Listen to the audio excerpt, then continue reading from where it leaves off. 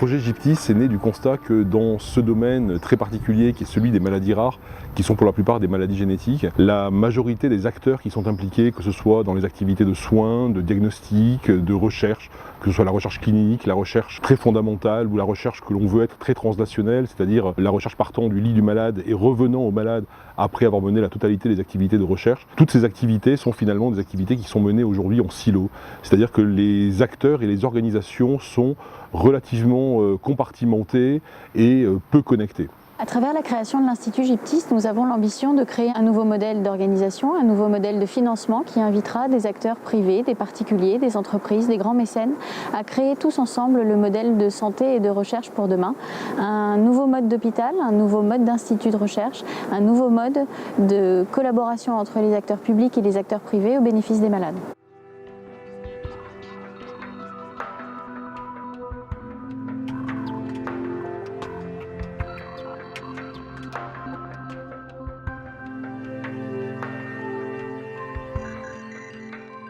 C'est un institut privé à but non lucratif qui permettra aux malades d'être pris en charge dans le cadre de notre système national de santé, donc de répondre à la mission de droit commun et au système mutualiste de la santé française, et qui permettra aux malades d'immédiatement bénéficier à travers la collecte de données de santé, à travers la collecte d'échantillons biologiques, de programmes de recherche qui auront pour but de développer des médicaments. Gyptis a pour ambition d'être à la fois un facilitateur et un accélérateur. Facilitateur de l'ensemble des activités de prise en charge des malades, du soin au diagnostic, en passant par toutes les activités de recherche indispensables, et un accélérateur parce qu'aujourd'hui, si on veut faire en sorte que la totalité, ou au moins la majorité des malades qui nous sont confiés, c'est-à-dire qu'on parle de 3 millions de malades en France, on parle de 300 000 malades dans notre région, qui n'ont pas accès ou très peu accès à un traitement. Moins de 5% de ces malades ont accès à un traitement. Si on veut accélérer ces traitements, il faut là aussi de l'excellence académique, de l'excellence scientifique, de l'excellence médicale, et il faut de l'accompagnement et de la convergence d'action de l'ensemble des acteurs.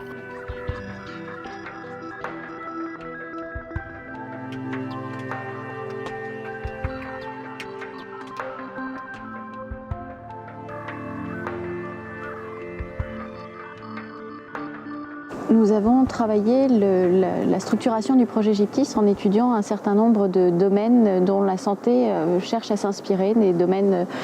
connexes à la santé, mais aussi à l'organisation de notre société. Et on a cherché à s'enrichir du savoir-faire et de l'organisation d'un grand nombre de structures, entreprises, fondations, associations, centres hospitaliers, instituts de recherche, ce qui nous a permis de créer un modèle qui sera une fondation reconnue d'utilité publique. Un point également extrêmement important est le fait qu'aujourd'hui, beaucoup d'acteurs, publics comme privés, ont réalisé que travailler dans le domaine des maladies rares, chercher dans le domaine des maladies rares, que ce soit prendre en charge les malades ou que ce soit mener des recherches hyper fondamentales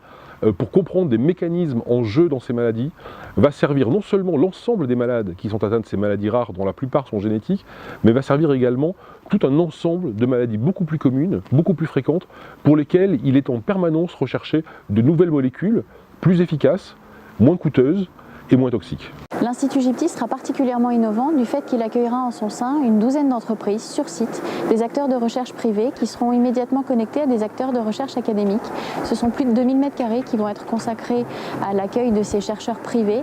qui, au plus proche des équipes publiques, développeront ensemble plus tôt, plus efficacement des médicaments pour gagner du temps contre la maladie. Dès son origine, Gyptis a été soutenu, voire plébiscité par un ensemble d'acteurs, et au premier rang desquels les acteurs du soin et de la recherche, les médecins, les chercheurs au premier plan.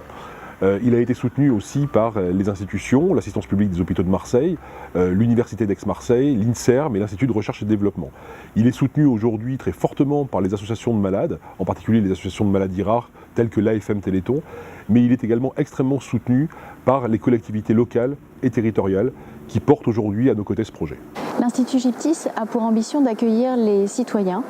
d'être ouvert sur la société, évidemment d'accueillir les malades, leurs familles, accueillir toute personne qui souhaiterait s'intéresser à la recherche, à la santé, aux soins.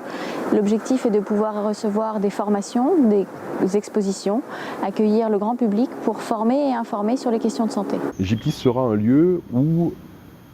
on accueille les malades. Gyptis sera un lieu où on prend en charge, où on soigne les malades, où on les accompagne dans un parcours indispensable de soins et où on les accompagne dans un parcours absolument indispensable de recherche. Gyptis, ce sera tout ça réuni au sein d'un même bâtiment. Accueillons donc les malades, accueillons donc les médecins qui vont les prendre en charge et accueillons donc les chercheurs qui vont également les prendre en charge par les recherches qu'ils vont développer à leur bénéfice.